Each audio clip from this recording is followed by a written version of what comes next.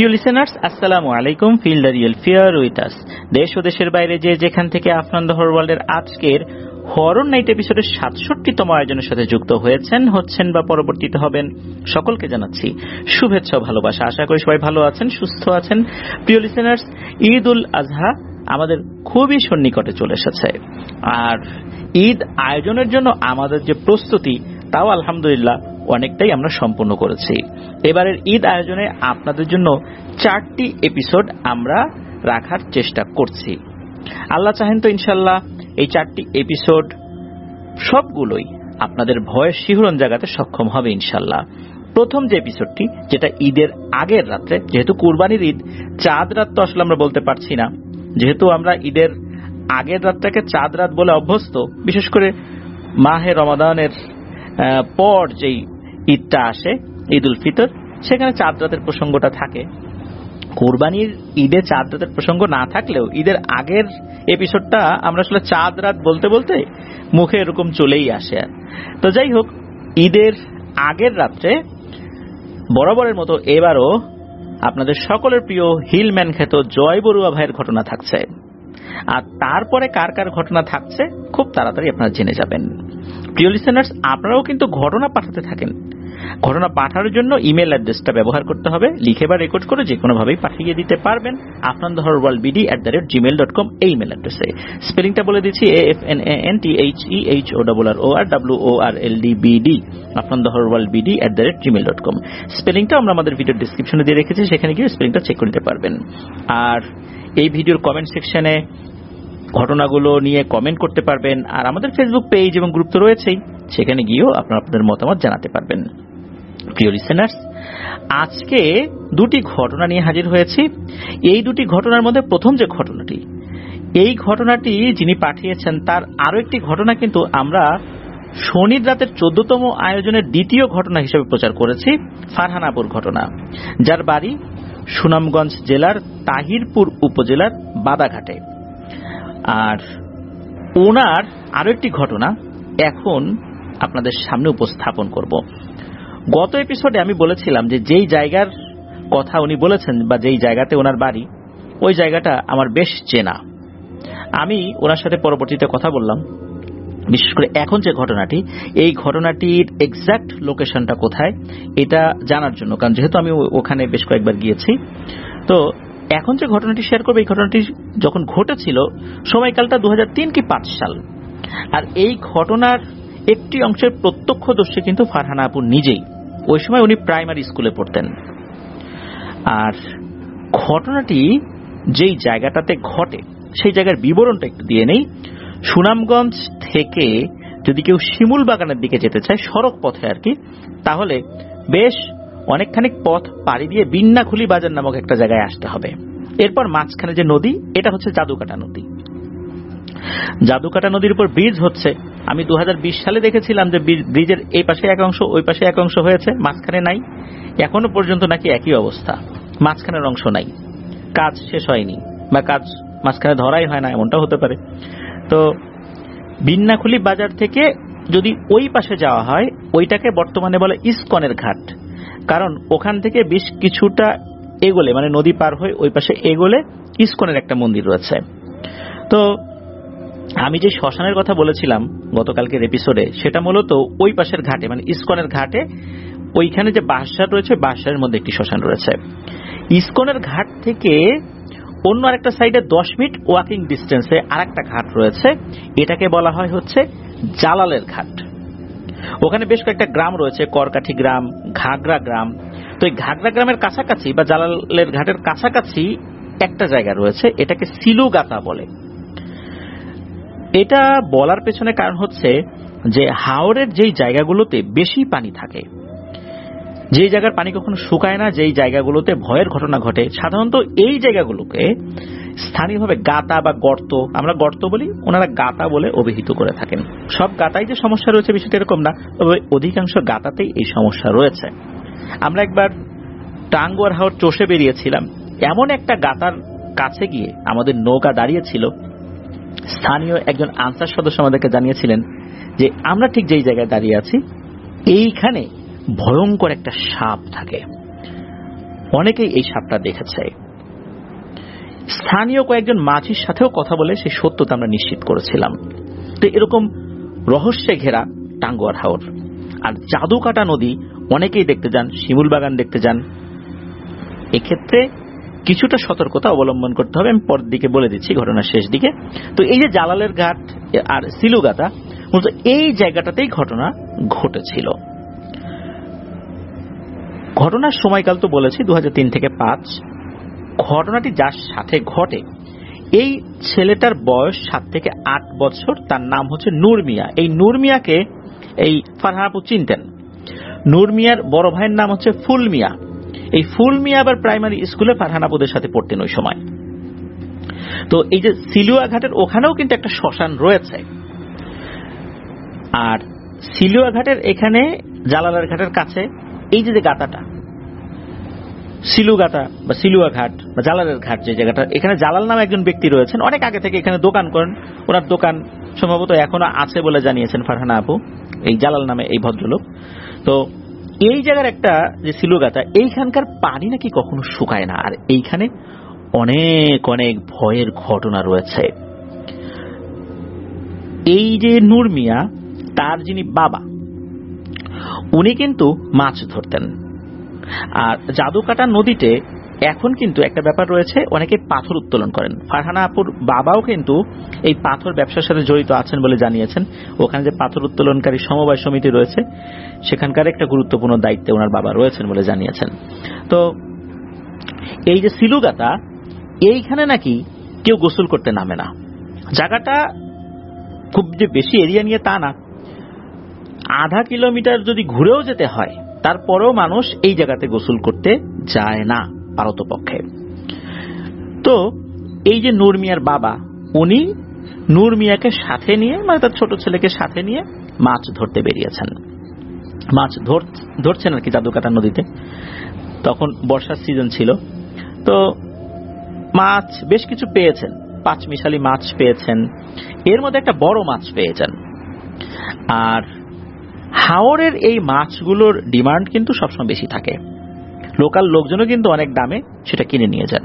তো উনি চিন্তা করেছেন যে মাছ যেহেতু ধরেছি, তাহলে এই মাছটা আমি বাজারে বিক্রি করব আর ছোট মাছগুলো দিয়ে নূর মিয়াকে বাড়িতে পাঠিয়ে দেব। তো উনি কি করেছেন, নূর মিয়াকে ছোট 5 মিশালি মাছগুলো দিয়ে বলেছেন যে যা বাবা বাড়িতে যা, তোর মার কাছে দে, তোর মা রান্না করবে এগুলা, আর আমি এই মাছটা বাজারে বিক্রি করে তারপর বাসায় আসতেছি, এই মাছটা রান্না করতে বল তোর মাকে তাড়াতাড়ি। তো উনি অবশ্য কিছুটা পথ নূর মিয়াকে এগিয়েও দিয়েছেন। তারপরে উনি অন্য দিক দিয়ে বাজারের দিকে চলে গেছেন। তো বাজারে উনি গিয়েছেন, মাছটা ভালো দামে বিক্রি করেছেন, বাড়িতে আসছেন। বাড়িতে আসার পর উনিও ক্ষুধার্ত ছিলেন, কিন্তু ওনাকে দেখার পর ওনার স্ত্রী বলছেন যে তোমার এতক্ষণে আসার সময় হলো, নূর মিয়া কই, ও কোথায়? আর তুমি না বলছিলা যে মাছ পাঠাই দিবা রান্নার জন্য, তুমিও নাই, তোমার ছেলেও নাই। তখন নূর মিয়ার বাবা বলছেন যে কি বলো তুমি, নূর মিয়াকে তো আমি সে কখন পাঠাই দিছি মাছ দিয়ে, ও আসে নাই। তখন নূর মিয়ার মায়ের বুকের মধ্যে ধরাস করে ওঠে। আসলে মায়ের মন তো, সন্তানের কোনো একটা অঘটন ঘটলেই কিছুটা হলেও একটা অনুভূতি কাজ করে তাদের মধ্যে। তখন চিৎকার করে বলে ওঠেন যে আমার ছেলেরে নিয়ে গেছে রে, আমার ছেলেরে নিয়ে গেছে। আসলে নূর মিয়ার বাবাও বুঝতে পারছেন আসলে ঘটনাটা কি। যেহেতু তার স্ত্রী এইভাবে বিলাপ করছেন, তখন উনি একটা বিপদের আঁচ করতে পারেন। উনি দ্রুত সেই ঘাটের দিকে যেতে থাকেন যেখান থেকে নূর মিয়াকে উনি বিদায় দিয়েছিলেন। তো ওই জায়গাতে যান, যাওয়ার পর ওখানকার যে লোকজন তাদের কাছে জিজ্ঞেস করেন যে নূর মিয়াকে দেখেছে কিনা। তখন বলে যে হ্যাঁ, নূর মিয়াকে তো দেখেছে, একটা জায়গায় সে গোসল করতে গেল বলে মনে হইল। এর বাইরে আসলে তারা আর কিছু বলতে পারেন না। তখন নূর মিয়ার বাবা, নূর মিয়ার মা আরো কিছু লোকজন নিয়ে সেই জায়গায় যান যেই জায়গাতে লোকজন দেখেছিল নূর মিয়াকে গোসল করতে। তো ওই জায়গায় যাওয়ার পর দেখা যায় যে নূর মিয়ার যে শার্টটা ছিল, এই শার্টটা এক পাশে রাখা, ভেজা অবস্থায় রয়েছে। নদীর পাড়ে শার্টটা রাখা, মনে হচ্ছে ও ওখানে গোসল করার জন্য নেমেছিল। নামার পর শার্টটা সে খুলে রেখেছিল এক পাশে, আর শার্টটা যে পানিতে ভিজেছে বিষয়টা এরকম না, মনে হচ্ছে এটা শুকনাই ছিল, আস্তে আস্তে ভেজা মাটির সংস্পর্শে থাকতে থাকতে শার্টটা ভিজে গিয়েছে বলে মনে হচ্ছে। কারণ শার্ট যদি সে ভিজিয়ে সে একটা পাশে রাখতো তাহলে একটু জড়সড় করে রাখতো বা একটা জায়গায় দলা করে রাখতো, কিন্তু বিষয়টা এরকম না, একটা শুকনো কাপড় যেভাবে রাখা হয় ওইভাবে রেখেছে। আর আরো একটি বিষয় মানুষজন দেখতে পায়, সেটা হচ্ছে নূর মিয়ার 2 হাতের 5 আঙ্গুল, তার মানে 10 আঙ্গুল, এক হাতের 5 আঙ্গুল আর এক হাতের 5 আঙ্গুল, এটা গভীর গর্ত হয়ে আছে নদীর পাড়ের এঁটেল মাটির উপরে। আর এই গর্তটা বেশ খানিকটা দূর গিয়ে নদীর পানিতে গিয়ে মিশেছে। তার মানে হচ্ছে কোনো কিছু নূর মিয়াকে টেনে হিচড়ে নিয়ে গিয়েছে, নূর মিয়া তার 2 হাতের 10 আঙ্গুল দিয়ে শক্তভাবে মাটির উপর আঁকড়ে ধরার চেষ্টা করেও ব্যর্থ হয়েছে। তখনই মানুষজন বুঝতে পারে যে নূর মিয়ার সাথে কি ঘটনা ঘটেছে, কারণ তারা বুঝতে পারে নূর মিয়া পানি থেকে উপরে উঠে গিয়েছিল, তারপরেও তাকে টেনে হিচড়ে নিয়ে গেছে। নিশ্চয়ই পানির এমন কোন প্রাণী এখানে নাই যেটা তাকে নিয়ে যাবে, বিশেষ করে কুমির, ঘড়িয়াল, এগুলো তো এখানে নাই। আর ও যেই জায়গাতে নেমেছে সেটা হচ্ছে এই সিলুগাতার কাছে। মানুষজন বলতে থাকে ওকে পানির দেও নিয়ে গেছে। এদিকে নূর মিয়ার মা তো চিৎকার করে কান্নাকাটি করতে থাকে, লোকজন জাল ফেলতে থাকে, কিন্তু না, কোনোভাবেই নূর মিয়াকে আর পাওয়া যায় না। এভাবে রাত পার হয়ে যায়, সকাল আসে, আশেপাশে কোথাও লাশ ভেসে ওঠে কিনা সবাই সচেতন ছিল, কিন্তু না, সেটাও পাওয়া যায়নি। ওই দিনও কেটে যায়। তৃতীয় দিন একটা পদক্ষেপ ওনারা নেন।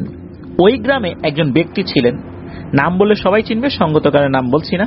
উনি একটা সময় ডাকাতি করতেন। হাওড় এলাকায় এক দুর্ধর্ষ আতঙ্কের নাম ছিল সেই ব্যক্তি।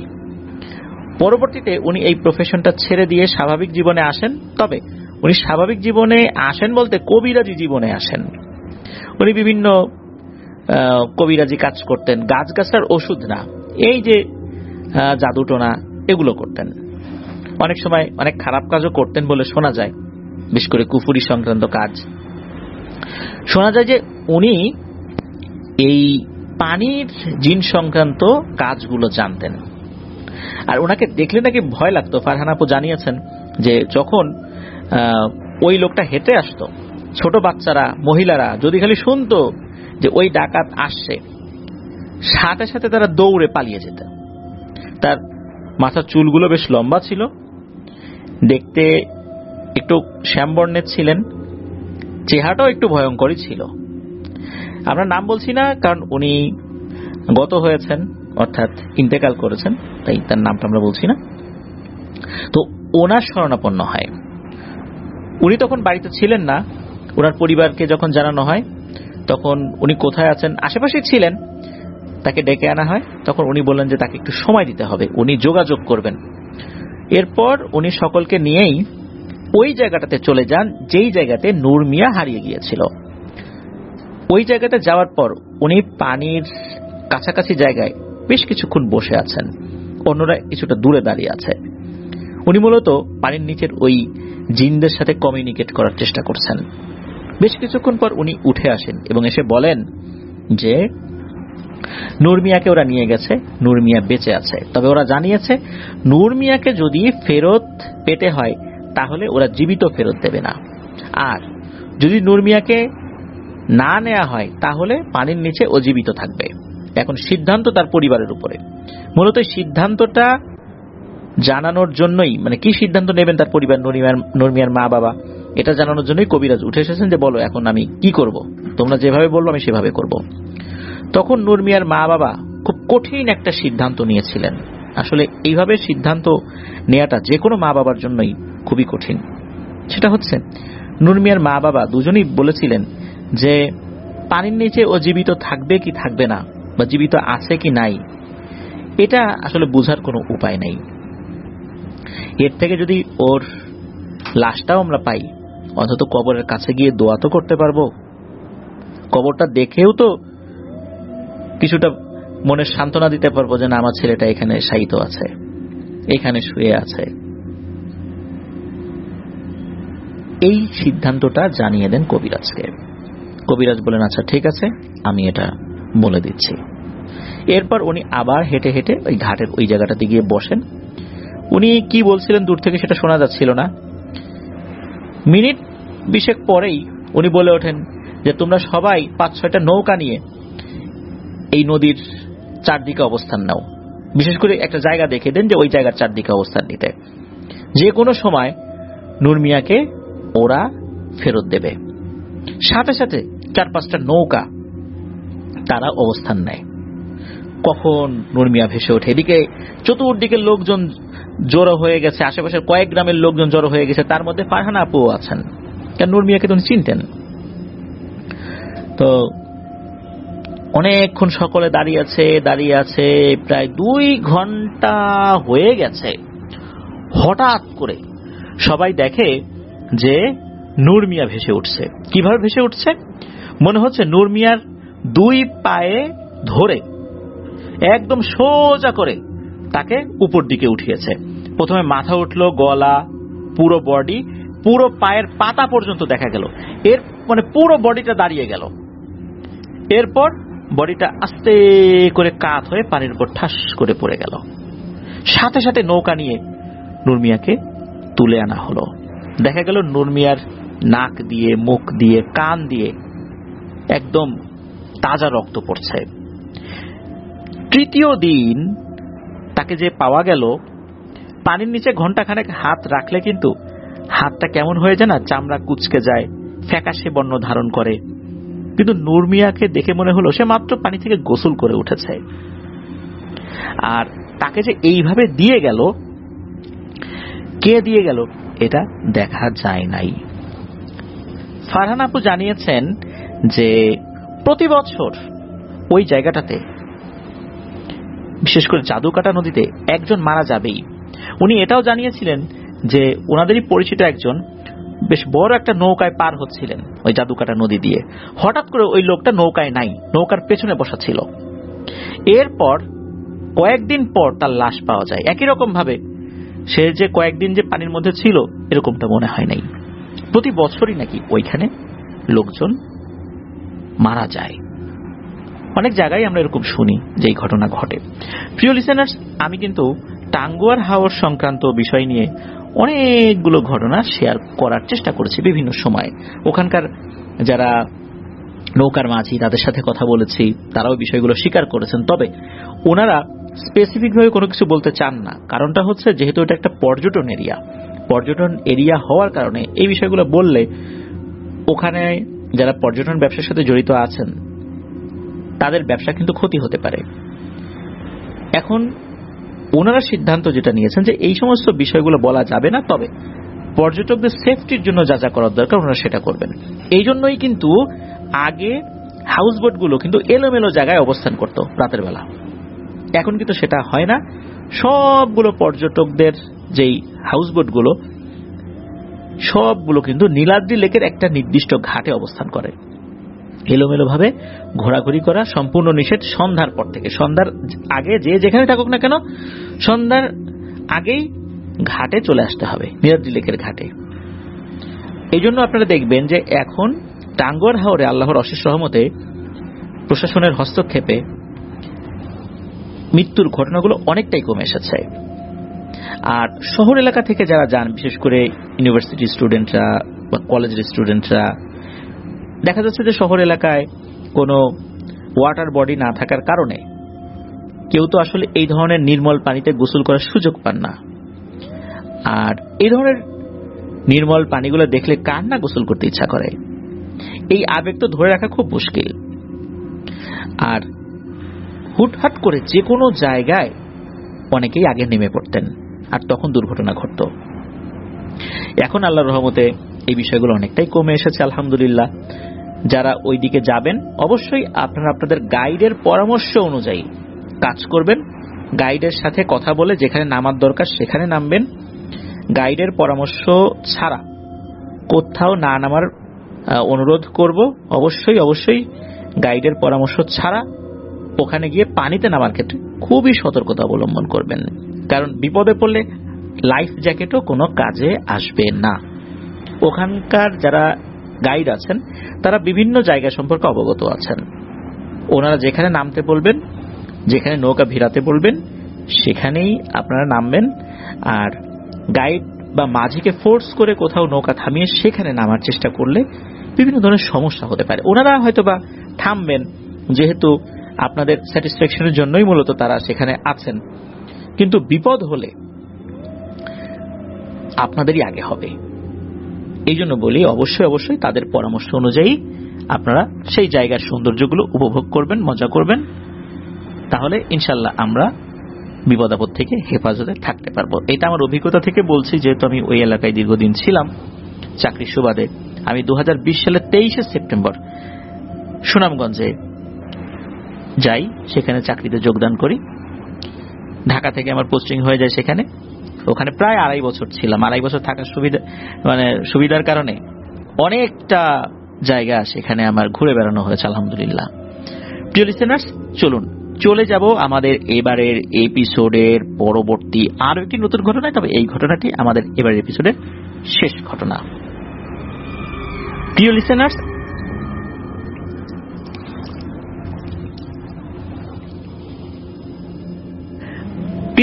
আবারও স্বাগতম জানাচ্ছি আমাদের হরর নাইট এপিসোডের 67তম আয়োজনের দ্বিতীয় এবং শেষ ঘটনায়। এখন যে ঘটনাটি আপনাদের সাথে শেয়ার করব, এই ঘটনাটি আমাদেরকে যিনি পাঠিয়েছেন ওনার নাম মোহাম্মদ শরীফ হাসান। ওনার বাড়ি নেত্রকোনা জেলার কেন্দুয়া উপজেলার বলাইশিমুল ইউনিয়নের উলওয়াটি গ্রামে। উনি পেশায় একজন অটো রিকশা ড্রাইভার। ঘটনাটি ওনার নানার সাথে ঘটেছিল, আর এই ঘটনাটি উনি ওনার মায়ের মুখে অনেকবার শুনেছেন। যেখানে ঘটেছিল ওই জায়গাটা হচ্ছে রেন্ট্রিতলা বাজার, আর গ্রামের নাম হচ্ছে চান্দুরা। ঘটনার সময়কাল 1980 থেকে 82 সালের মধ্যবর্তী কোন একটা সময় হবে। ঘটনাটি যখন ঘটে তখন মৌসুমটা এই যে এখন যেরকম বর্ষাকাল ওই রকম। নানার কিন্তু শখ ছিল রাতের বেলা টেটা দিয়ে মাছ ধরা, সে বর্ষাকাল হোক, শীতকাল হোক আর গ্রীষ্মকাল হোক, যখনই হোক না কেন তাকে টেটা দিয়ে মাছ ধরতেই হবে। নানার পরিবারে ছিল 6 মেয়ে, 1 ছেলে আর নানা নানি। নানার বাড়ির সামনের দিকেই রয়েছে একটি নদী, যেটি পাটেশ্বরী নদী নামে পরিচিত। নানার বাড়ি থেকে নদীতে হেঁটে গেলে প্রায় 5 থেকে 6 মিনিট লাগে আর কি। নদীর সাথেই একটি খাল মিশে আছে, আর এই খালটি এঁকে বেঁকে চলে গেছে উত্তরে বিলের দিকে। খালের 2 সাইডে রয়েছে সারি সারি অসংখ্য কদম গাছ আর 2-3টা শেওড়া গাছ এবং আকাশী গাছ। স্থানীয়ভাবে এটি আকাশী গাছ বলেই অভিহিত করা হয়ে থাকে। তো নানা যেদিন মাছ ধরার জন্য বের হয়েছেন সন্ধ্যার পরে আর কি, তবে সন্ধ্যার পর থেকেই এমন বৃষ্টি শুরু হয়েছে উনি বের হতে পারছিলেন না। এখন চিন্তা করছেন যে এই থেমে যায়, কিন্তু না, বৃষ্টি থামার নামগন্ধ নাই। এই বৃষ্টি গিয়ে থামে রাত আনুমানিক 9টার দিকে। টানা এরকম মুষলধারায় বৃষ্টির কারণে অনেক পানি কিন্তু বেড়ে গেছে। বিলে তখন হাঁটু অবধি পানি কিন্তু হয়ে গেছে। তো নানা ভেবেছেন বিলের দিকে গেলে আজকে অনেক মাছ পাওয়া যাবে। তো উনি রাতের খাওয়া দাওয়া শেষ করে মাছের ঝুড়ি, ট্যাটা, তারপর কেরোসিন তেলের হ্যাজাক লাইট এগুলো নিয়ে প্রস্তুত হয়ে রওনা দিয়েছেন বিলের দিকে। বাড়ি থেকে 5 মিনিট হাঁটলেই একটা ব্রিজ পড়ে। এই ব্রিজটা অবশ্য পাটেশ্বরী নদীর উপরে। এই ব্রিজটা পার হয়ে ডান পাশে মাটির রাস্তা ধরে আরো 5 মিনিট হেঁটে গেলেই খাল। তো অন্যদিন মাছ ধরতে আসলে পাড়াপড়শির কিন্তু 2-3 মিলেই ওনারা আসতেন। আর এমন বৃষ্টি হয়েছে সন্ধ্যার পর থেকে অনেকেই বের হয় নাই, অনেকেই ঘুমিয়ে পড়েছেন। উনি একাই চলে আসছেন এবং এসে উনি অন্য কাউকে দেখছেন না। হয়তো এমন হতে পারে কেউ হয়তো বা আসবে, তখন এসে পৌঁছায় নাই। রাত যে তখন অনেক, বিষয়টা এরকমও না। তো নানা তো রাতের বেলা এই খাল, নদী বা গ্রামে গঞ্জের বিভিন্ন জায়গায় চলাচলে ওনার একটা অভ্যস্ততা রয়েছে। আর টুকটাক জিনভূতের ঘটনা এটা উনি ফেস করেছেন। ভয় কি জিনিস নানার মধ্যে এগুলো কম কাজ করে। আর উনি এমনিতেও সাহসী মানুষ ছিলেন, উঁচা লম্বা মানুষ ছিলেন, শরীরের শক্তিও ছিল অনেক। আর উনি খুব ভালো মনের এবং সহজ সরল মানুষ ছিলেন। নানা তো হেঁটে যাচ্ছেন মাছ ধরার জন্য। তো মাটির রাস্তা দিয়ে হাঁটার পর উনি পৌঁছে যান খালে। এরপর খালের উপর দিয়ে 2 মিনিট হাঁটলেই সামনে ধানি জমির বিল হয়ে গেছে আর কি, বর্ষাকালে এরকমটা হয়ে যায়। তো চারপাশে তখন শুনশান নীরবতা, আর জমির উপরে ভেসে থাকা ব্যাঙের ডাকও উনি শুনতে পাচ্ছেন। তখন তো বৃষ্টি চলে গেছে, তবে আকাশে মেঘ ছিল, যে কোনো সময় আবার বৃষ্টি হতে পারে। মাঝে মাঝেই বিজলি চমকাচ্ছিল। খালের পাড়ে কদম গাছ আর শেওড়া গাছও আছে। ওদিকে তাকালে শরীর শিউরে ওঠে। কিন্তু উনি খাল পাড় দিয়ে চলে আসলেন বিলের কাছে। ঘন্টাখানেক আগে বৃষ্টি হওয়ার কারণে যেটা হয় সেটা হচ্ছে ওই বৃষ্টির ফোঁটা যখন মাটির উপর পড়ে বা পানির উপরই পড়ে, গভীরতা যেখানে কম, ওই পানিগুলো কিছুটা ঘোলাটে হয়ে ওঠে। নিচের কাদামাটিগুলো কিছুটা উপর দিকে উঠে পানিটা কিছুটা ঘোলা হয়ে যায়। আর তখন নাকি মাছগুলো আবার উপর দিকে একটু উঠে আসে। তখন টেটা দিয়ে মাছ ধরতে নাকি সুবিধাই হয়। তো নানা কি করেছেন, এই হ্যাজাক লাইটের আলো বাড়িয়ে দিয়েছেন। উনি ওই অল্প পানিতে মাছ ধরার প্ল্যান করেছেন। তো মাছ উনি পাচ্ছিল না। কই পাচ্ছেন, টাকি পাচ্ছেন, শোল পাচ্ছেন, স্থানীয় ভাষায় চিকরা বলে এক ধরনের মাছ, এটা পাচ্ছেন। এরকম 5 মিশালি মাছ কিন্তু উনি দিয়ে ধরছেন, সমস্যা হচ্ছে না। উনি মোটামুটি 1 ঘন্টার কাছাকাছি সময় মাছ ধরেছেন। তখন অবশ্য ওনার ঝুড়িতে অনেকগুলো মাছ ধরা হয়ে গেছে। উনি চিন্তা করলেন যে কেউ তো নাই, একা একা উনি মাছ ধরবেন, আবার যে কোনো সময় আবার বৃষ্টি শুরু হয়ে যেতে পারে। এই জন্য উনি সিদ্ধান্ত নিন যে উনি বাড়ির দিকে রওনা দিবেন। তো বিল থেকে জমির আইল দিয়ে হেঁটে খালের পাড়ে যখনই উঠবেন, তখনই কদম গাছ থেকে কদম ফুল দিয়ে কে যেন ঢিল মারল। আর এই কদম ফুলটা ওনার সামনে এসে পড়লো, 1 হাত সামনে এসে পড়েছে।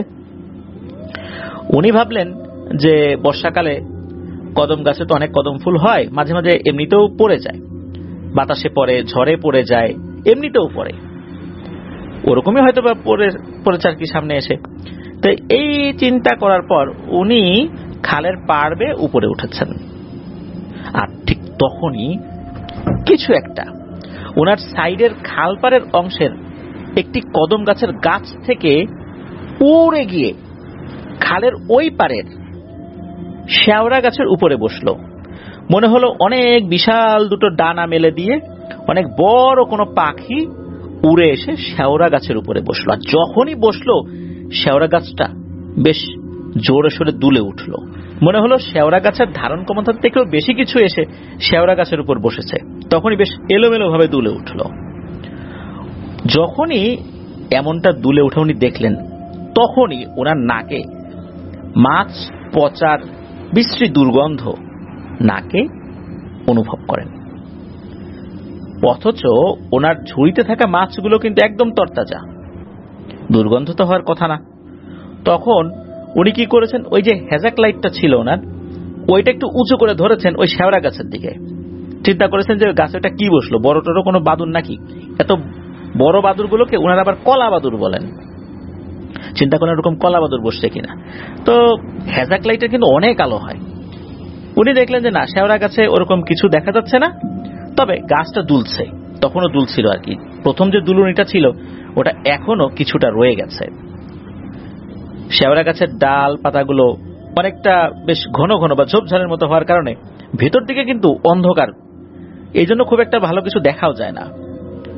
তো উনি ভাবলেন যে হয়তোবা এর ভেতরেই কোন একটা বাদুর বসে আছে। এই ভেবে উনি বাড়ির দিকে আবার হাঁটা ধরেছেন।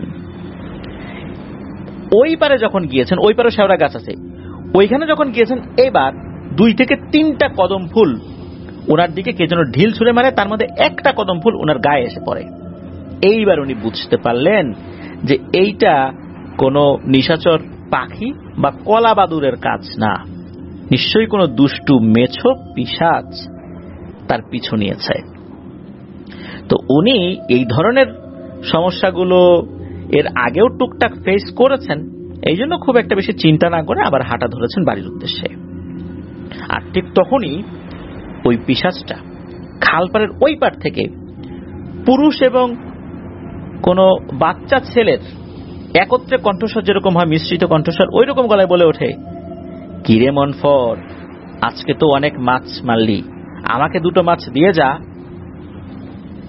এই কথা শোনার পর নানা কিছুটা সাহস নিয়ে বলেন, আমি তোকে 2টা মাছ ঠিকই দেব, কিন্তু আমাকে আবার বিরক্ত করবি না তো, আবার এসে মাছ চাইবি না তো। তখন পিশাচটা বলে ওঠে, আচ্ছা ঠিক আছে ঠিক আছে, যা, আর চাইবো না, দে আমাকে 2টা মাছ, তাড়াতাড়ি শেওড়া গাছের দিকে ছুঁড়ে মার। নানা কি করেছেন, 2টো মাছ হাতে নিয়ে জোরে করে শেওড়া গাছের দিকে ছুঁড়ে মেরেছেন। নানা দেখলেন 2টো লম্বা হাত, লিকলিকে হাত সা করে বেরিয়ে আসলো। হাত 2টো রাবারের মতো বলে যাচ্ছে। এই হাত কি করলো, 2টো মাছ খপ করে ধরে ফেললো। এরপর হাত আবার ওই শেওড়া গাছের ভেতর দিকে যাওয়া শুরু করলো। নানা বুঝতে পারলেন যে এই হাত আর কারো হাত না, এইটা ওই মেছো পিশাচের হাত। নানা চিন্তা করেন, যাক, আপদ বিদায় হয়েছে। উনি আবার খালপাড় দিয়ে দ্রুত বাড়ির দিকে হাঁটা ধরেছেন। বেশ খানিকটা হাঁটার পর খালের শেষের দিকে এসে আর একটা শেওড়া গাছ রয়েছে, সেটা অবশ্য ওনাদের বাড়ির খুব কাছের যে খাল, এই খালের পার ঘেঁষেই। এখান থেকে আর কয়েক মিনিট হাঁটলেই মাটির রাস্তার সামনে। যখন উনি শেওড়া গাছটার কাছে এসেছেন, তখন ওনার সামনে শেওড়া গাছটিতে আবার সেই আগের মতো ঝাঁকি দিয়ে ওঠে। উনি বুঝতে পারলেন নিশ্চয়ই ওই মেছোটা আবার এই শেওড়া গাছে এসে বসেছে। সেই সাথে যখনই উনি বিশ্রী মাছ পচার গন্ধ নাকে পেলেন, তখন বুঝতে পারলেন যে এই মেছোটা আবার মাছের লোভে ওনার পথ আটকে দিয়েছে। ওই সময় নানা বলে উঠলেন, এই বেটা ফাজিল, তোকে না 2টা মাছ আমি দিলাম, আবার এসে আমার পথ আগলাচ্ছিস কেন? যা, এখান থেকে ভাগ। তখন ওই পিশাচটা বলে ওঠে, আমাকে আরো 2টো মাছ দিয়ে যা মনফর। এই কথা শোনার পর নানার তো ভীষণ রাগ উঠে যায়।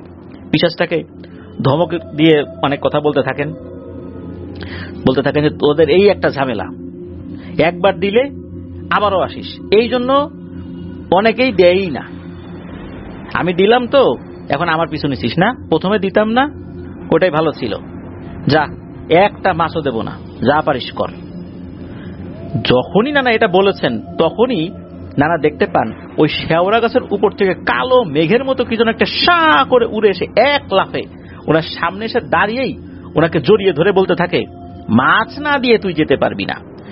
আসলে এত জোরে এসে ওনাকে জড়িয়ে ধরেছে, আচমকা এরকম জড়িয়ে ধরার কারণে ওনার হাতে থাকা হেজাক লাইটটা নিচে পড়ে যায়, একদম গড়াতে গড়াতে পানির মধ্যে গিয়ে পড়ে। ওনার হাতে তো ট্যাটা ছিল, হাত থেকে ট্যাটাও পড়ে যায়।